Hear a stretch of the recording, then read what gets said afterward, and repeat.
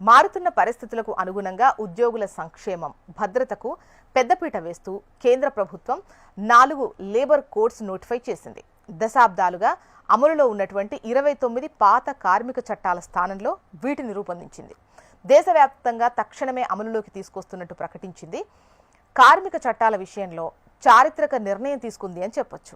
ఈ సంస్కరణలు ఉద్యోగుల భద్రత, సామాజిక భద్రత, మహిళా సాధికారత, సమాన వేతనాలుతో పాటు అసంఘటిత రంగ కార్మికులకు, ప్రధానంగా గిగ్ ప్లాట్ఫామ్ వర్కర్స్కు రక్షణ కల్పించడంలో కీలక మైలురాయిగా చెప్పొచ్చు. ఈ కొత్త లేబర్ కోడ్స్ అమలులోకి వచ్చిన క్రమంలో ఎలాంటి ప్రయోజనాలు ఉంటాయో ప్రతి ఒక్కరూ ఖచ్చితంగా తెలుసుకోవాలి. ఈ కొత్త చట్టాల్లోని కొన్ని ముఖ్యమైన అంశాల విషయానికి వస్తే, ప్రధానంగా ఉద్యోగులందరికీ నియామక పత్రాలు తప్పనిసరి ఇవ్వాలి. దీంతో ఉద్యోగ భద్రత, పారదర్శకత, స్థిరమైన ఉపాధికి లిఖితపూర్వకంగా హామీ లభిస్తుందని కేంద్రం పేర్కొంది. అంటే అపాయింట్మెంట్ లెటర్ తప్పనిసరి. అలాగే గిగ్ ప్లాట్ఫామ్ కార్మికులు సహా ఉద్యోగులందరికీ సామాజిక భద్రత పథకాలైనటువంటి పిఎఫ్, ఈఎస్ఐ, బీమా వంటివి కల్పించాల్సి ఉంటుంది. ఇక ఫిక్స్డ్ టర్మ్ ఉద్యోగులకు ఇకపై శాశ్వత ఉద్యోగులతో సమానంగా అన్ని ప్రయోజనాలు కల్పించాలి. ఎఫ్టీఈ ఉద్యోగులకు 5 సంవత్సరాలకు బదులుగా కేవలం 1 ఏడాది సర్వీస్ పూర్తయిన తర్వాత గ్రాట్యుటీకి అందించాలి. కార్మికులందరికీ కనీస వేతనం అనేది చట్టబద్ధమైన హక్కుగా మారుతుంది. కంపెనీల యజమానులు సకాలంలో వేతనాలు చెల్లించడం తప్పనిసరి. ఐటీ ఉద్యోగులకు నెలలో 7వ తేదీ లోపున వేతనాలు ఇవ్వాలి.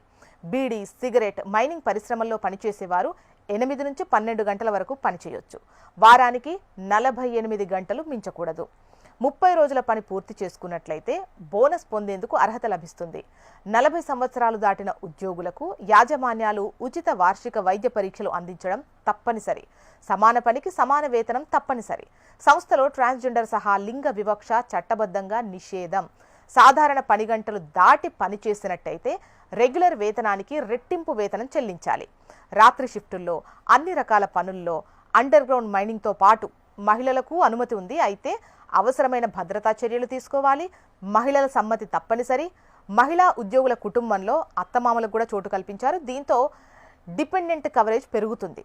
ఊబర్, స్విగ్గీ వంటి అగ్రిగేటర్లు తమ వార్షిక టర్నోవర్లో 1-2% సామాజిక భద్రత నిధికి కేటాయించాలి. కార్మికులకు చెల్లించేటువంటి మొత్తంలో గరిష్టంగా 5% వరకు చెల్లించవచ్చు.